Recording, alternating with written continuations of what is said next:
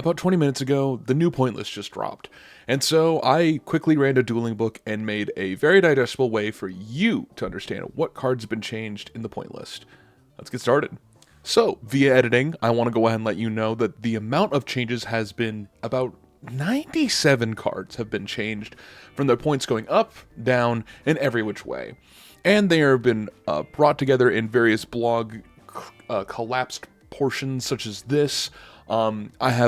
I believe, 8 Dueling Book pages that showcases them grabbed together and screenshots for them each. We're starting off. We're looking at the few changes to Dracotale. Dracotale Femina has gone from 20 to 30 points. Key to Dracotale has gone from 10 to 15, and Flame has gone from 0 to 3. I think that this is it's a fine change. A number of things have also happened with Dracotale Mania that this could be a point enough where it is going to be incredibly difficult for them to be played together. However, it still makes them somewhat viable. And I think that's fine, but not as strong as previously. I still think that it's still going to be a fine deck to play, which is quite unfortunate for me. The biggest change, however, for this whole entire format is the newest one. Droll and the Lockbird going from 5 points to 25 points. Wow. Going from a 15-point increase to a 75-point increase for a full playset is a lot, and I think that this will drastically change the format in order to make it so that going second is going to be even harder, but going first isn't going to be a death sentence if you do happen to go ahead and open any number of hand traps. Nibiru the Primal Being as well, going up from 5 to 6. Okay. While this point change may matter a little bit, going from 15 total points to now 18 total points, that doesn't feel like a whole lot for me in my estimation. But it is meant to go in and show a symbolic sort of hit towards this hand trap. The biggest changes, however, I think for this particular list after Droll and Lockbird is Radiant Typhoon hits. First of all, number 3, Cicada King, goes from 5 to 10 points.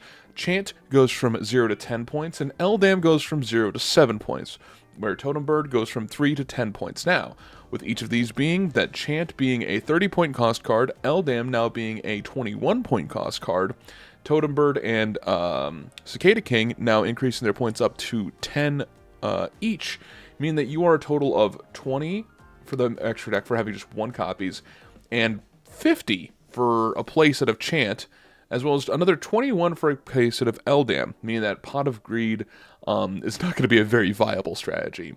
Speaking of, I want to go ahead and make mention that Runic has been hit slightly with an increase from 0 to 10 points, meaning that Runic Radiant Typhoon is not going to be seeing as much play as Tip was the main way in which you would cycle through all of your different Radiant Typhoon cards and Runic cards in order to get the specific one you need, and so you'd play a minimal package of Runic cards but 3 copies of Tip, so you always happen to see what exactly it is you need alongside it, because there's no way to summon out all of the other fusion monsters. You have to rely on Tip. For the new cards, we have Hecahan's Gigas going from 0 to 5, and Xeno from 0 to 10.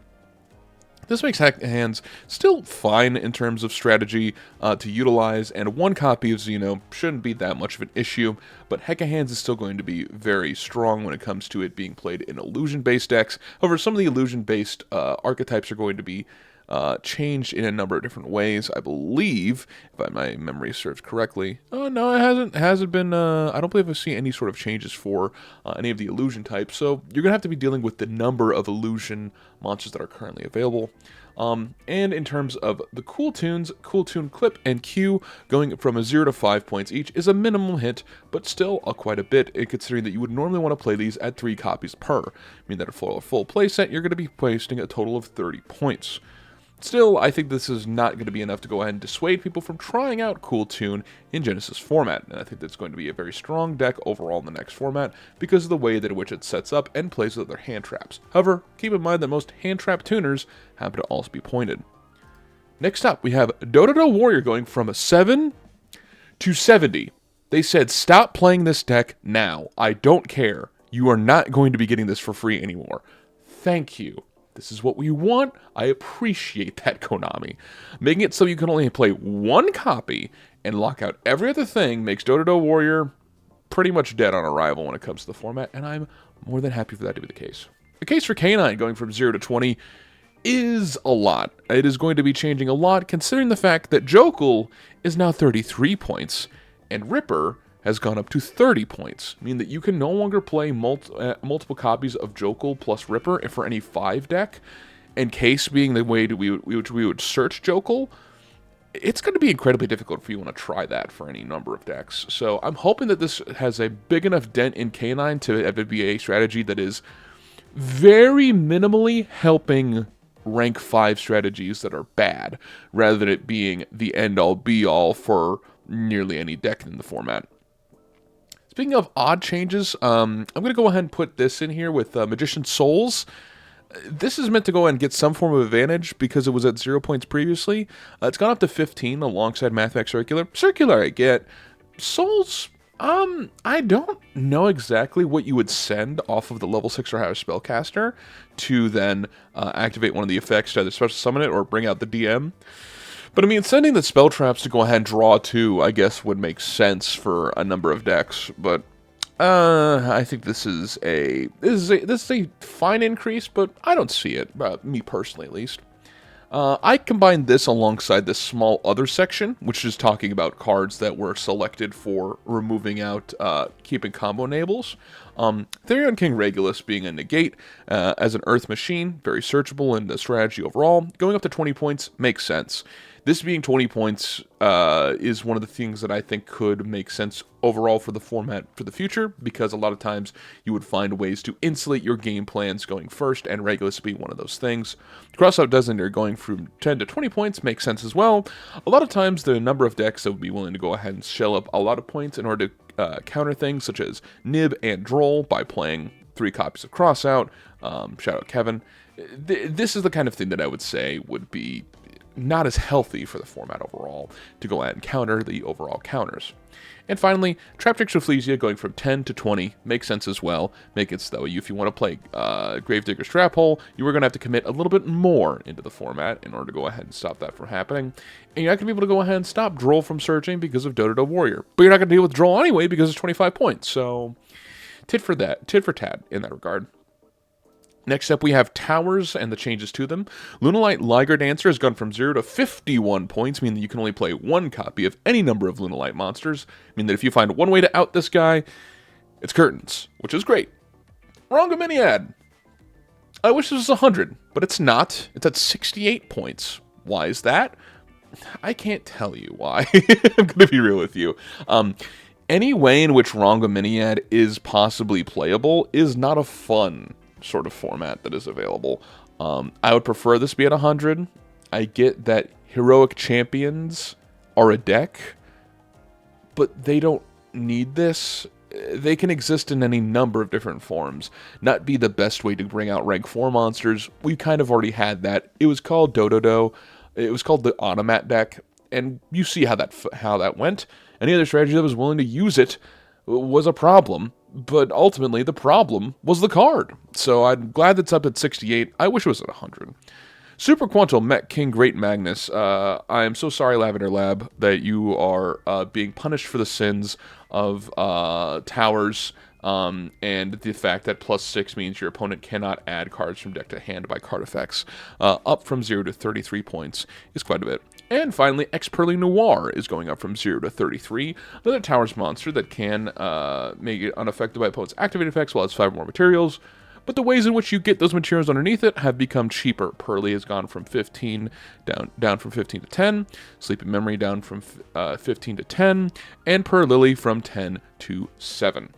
Next up, we're going to have the searchers and cards that get you further things overall. We have Gaga Gaga Girl going from 0 to 15 points. Good stuff, especially with the Dodo Warrior increase. Make it that way. It being at 70 and Gaga Gaga Girl being at 15, locking out the innate power that comes from having both Gaga Gaga Girl and Dodo Warrior going into each other and then going into any of the utopics. Good stuff there. Goblin Biker Big Gabonga going from 0 to 15. That is an increase in any number of decks, and a lot of rank 3 strategies were willing to play the Goblin Biker package in order to go ahead and go for further Goblin Biker plays, which I think is good to go ahead and slow that down. But at the cost of that, Grand Entrance has changed from 33 to 20, which is very interesting. I think that having this being for the pure Goblin deck, having that be lowered at the cost of playing Big Gabonga being increased, that's worth it, I'd say. It's a difference between 2 points of 33 to 20 and 0 to 15, so you're still up 2 points, but at least you get a little something back in the end of the day. Punk Jam Dragon Drive going from 0 to 15 is needed. A lot of decks were willing to go ahead and play any number of ways to get to a Psychic deck, and the Psychic overall end board was very, very strong, especially for Punks. 5 points for Foxy Tune was not enough, and I'm glad that Punk Jam Dragon Drive is another option that people are recognizing that this is a bit too much for Punks to go and have its strong enough end board to exist. Galaxy Photon Dragon is a card that searches either a Galaxy or Photon card from deck to hand or sent to the graveyard. This being a generic rank 4 way in order to go into the Galaxy Eyes Tachyon Primal is a lot.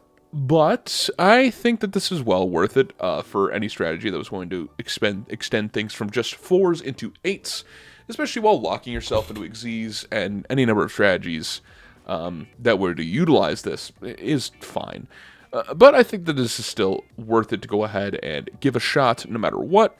It going up to 15 to get you an extra plus of a card from the extra deck is a good thing. Nash Knight being a rank 5 option, as well being up from 10 to 15 points, is good. I think that this is a thing that people will try to pivot outside of just going for the hand trap negation off of Ripper. Nash Knight is a good generic 5, and that going down is good.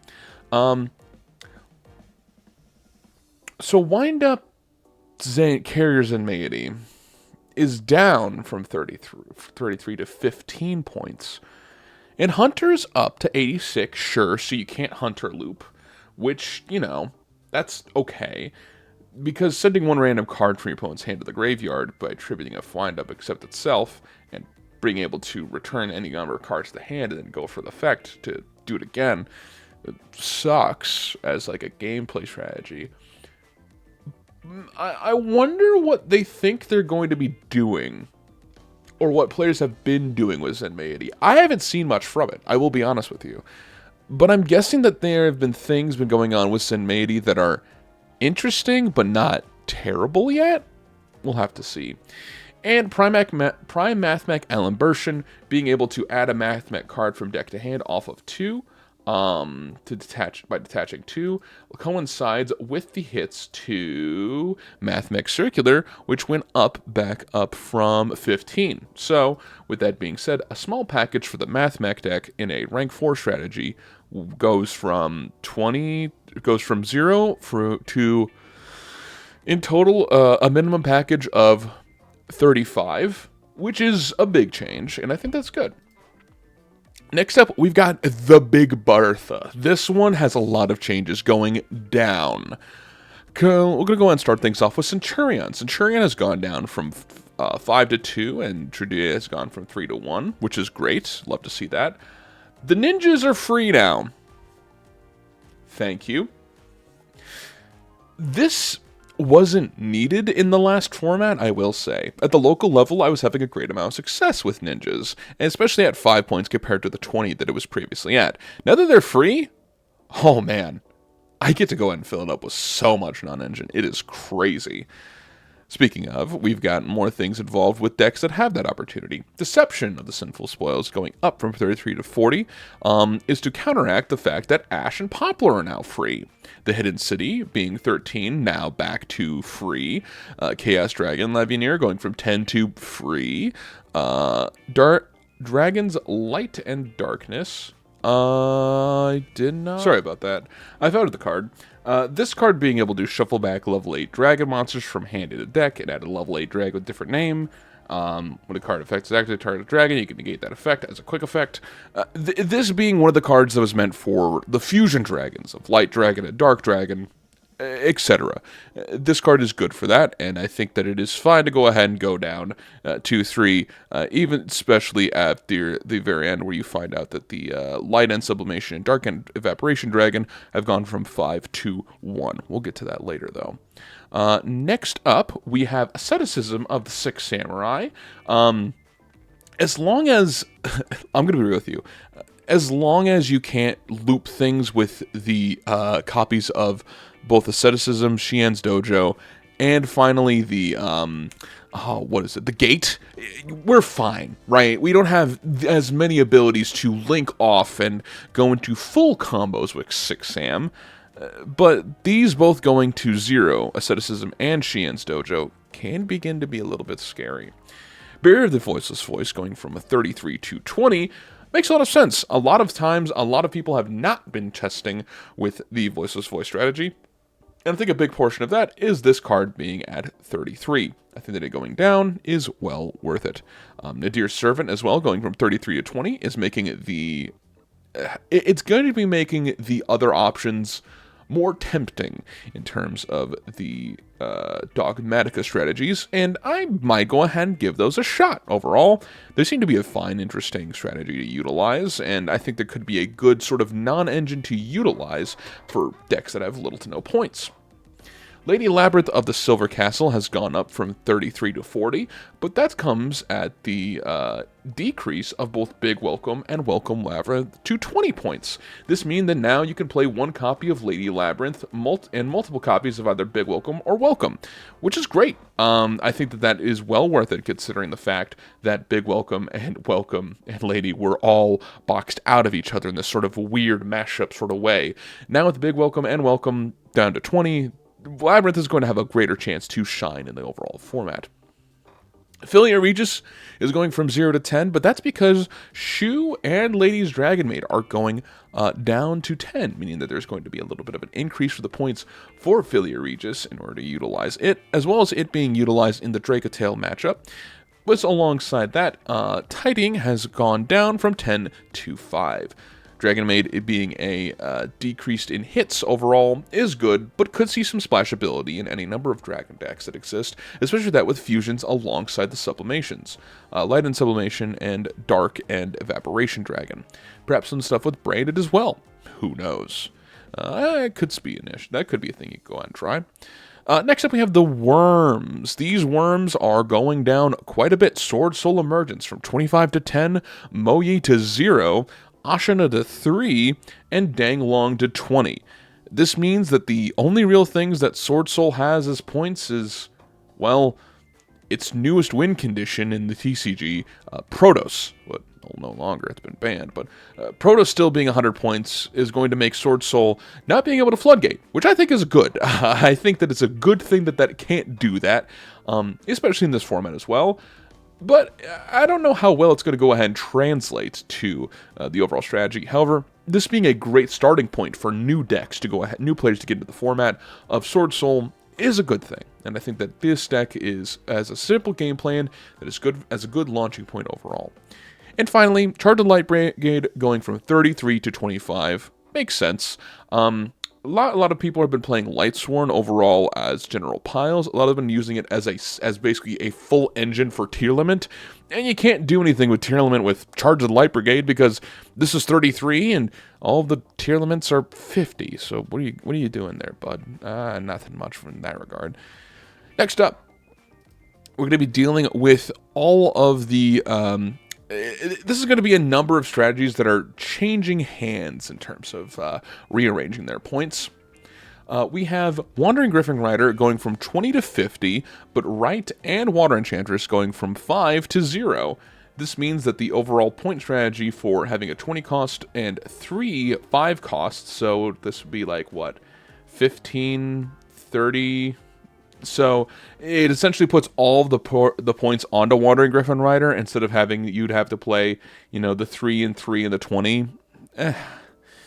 This makes it so that way if you want to play the engine as a sort of funny little illegal night target or have pure adventure exist somewhat, you can. I don't see why you'd want to though. It just seems to be it seems a little silly to go out and do that. Wandering Griffin Rider being a generic negate is a problem, but one that I don't think matters too much for modern day Yu-Gi-Oh! Maybe a little bit more in Genesis, so we'd have to see, but still. Gladiator Beast, Proving Ground and Rejection have gone from 25 and 10 to 0 at the cost of Tamer Editor, which is a card that special summons a Gladiator Beast fusion monster from your extra deck, except itself, ignoring its summon conditions. This card's gone to 80, so yeah, it's pretty much gone ahead and say, hey, you want to play Tamer Editor, you can only play one of it, and you are going to suffer if you try to, which I think is fine. Sulfador going to 5 is okay. I think that Sulfador is a good generic 5 overall, and playing with the K9 cards previously in the TCG translates well to that. However, Crystron has been lowered in many other ways, including Smiger and Thistvern down to 0, as well as Crystron inclusion going to 25. All this being said, you think with Sulfador going up and inclusion going down alongside these other two, Pure Crystron has a chance to sort of exist now, which is, I think, very nice. Next up, we're going to go ahead and talk about the Fallen of the Virtuous. This card has gone from a total of 15 points per to 40 points per, meaning that you are not going to be able to play it generically as much. You can play 2 copies with a couple copies of Albion, the Branded Dragon, because Albion has gone from 20 to 5 points, and the rest of these have gone down. Including Titaniclad, Sprind, Granguidal, interestingly enough, has gone down to 0, and Brigrand. All these gone down to 0, while the Dragon that Devours the Dogma has gone from 10 to 5, meaning that Pure Branded still has a chance to sort of exist and coexist within this format as a way to turbo this deck out, meaning that Branded overall has been buffed, but the Fallen of the Virtuous has been heavily nerfed still. Now then, let's go ahead and talk about this sort of strategy. Incoming Machine being the main searcher for Max Metalmorph. It being at 33 made little to no sense. It being an ad for a very bad archetype, but I understand why they wanted to do it, because Red Eyes Black Full Metal Dragon was a negate. Well, they just made the Red Eyes Black Full Metal Dragon the negate, 33 points instead. And I think that's fine. Being able to go ahead and cycle back for the trap, set it, and then go ahead and tribute over 80. Level 5 Red Eyes Dragon. Pardon me, it's 11 at night. Pardon me, it's 11 at night. This makes sense for your overall. And having Incoming Machine going down to 0 is fine, right? You're committing your normal summon to that point, or you're adding the Red Eyes Black Full Metal Dragon off of the Incoming Machine, or the trap itself. Like, you're doing what you can. And like I said earlier, Light on Sublimation and Dark at Evaporation have gone down to 1. Now, finally, we have the generic non-engine and further extender of Assault Synchron. Assault Synchron's gone from 5 to 1. Change of Heart has gone from 10 to 7.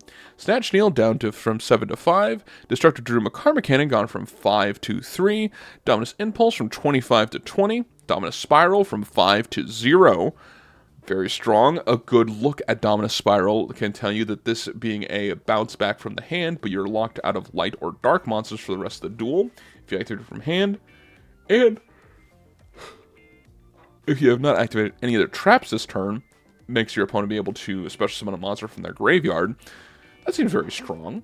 And then you have Duality going down from 10 to 3. Foolish Burial Goods going up from 3 to 7, while Premature Burial goes down from 7 to 3.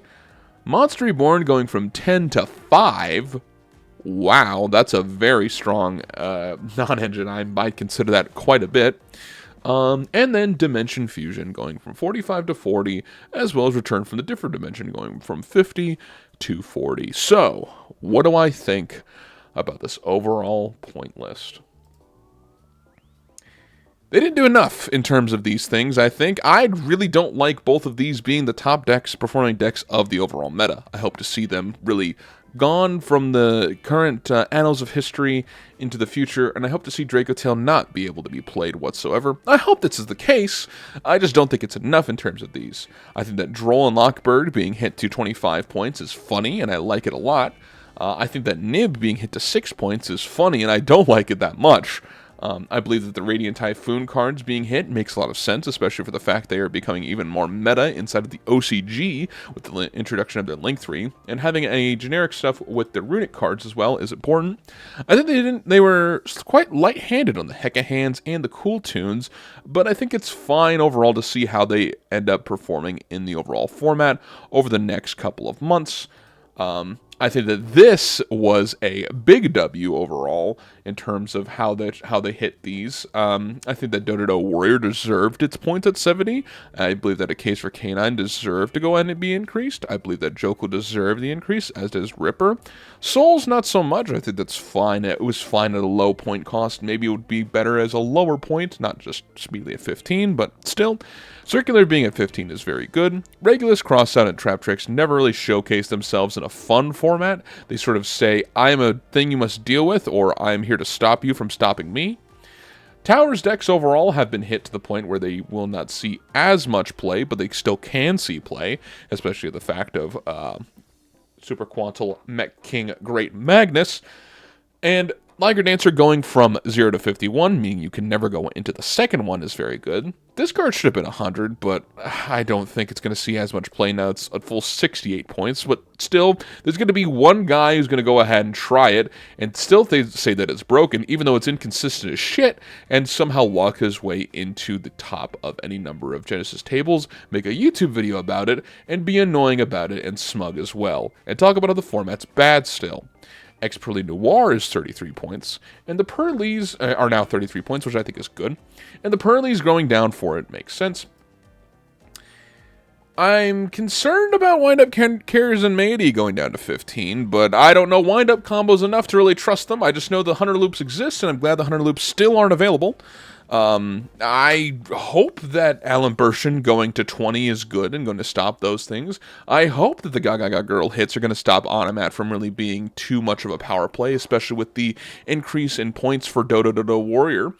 I hope that Punk Jam Dragon Drive is going to be a bit too much for people to deal with when it comes to the Psychic Piles, especially when playing without any non-engine. I hope that all of these decks are able to go and get their chance to shine in the sun. I hope you all learn to regret letting my ninjas be free. To be honest, them being at a total of 30 points was fine. I could have dealt with that at each, but now that it's free, well, I got another 30 points to play with, baby.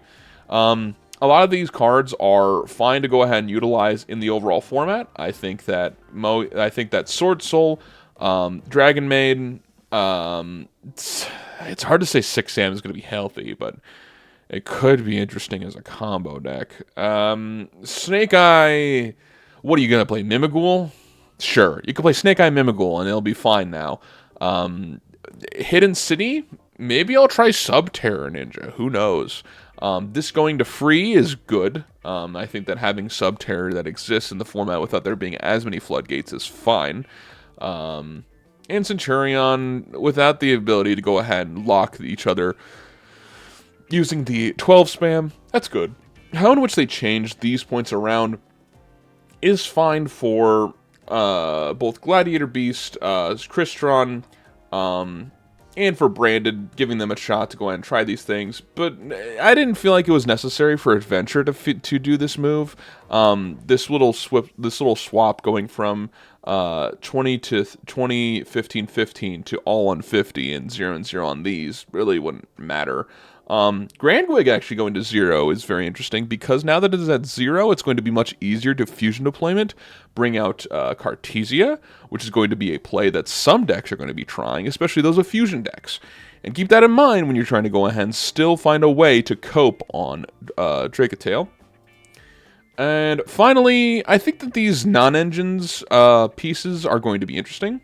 Destructive Daruma Karma Cannon is very powerful. I'm surprised I didn't see any of the Book of Moons going from 7 down. I'm surprised I didn't see any other hand traps go down as well.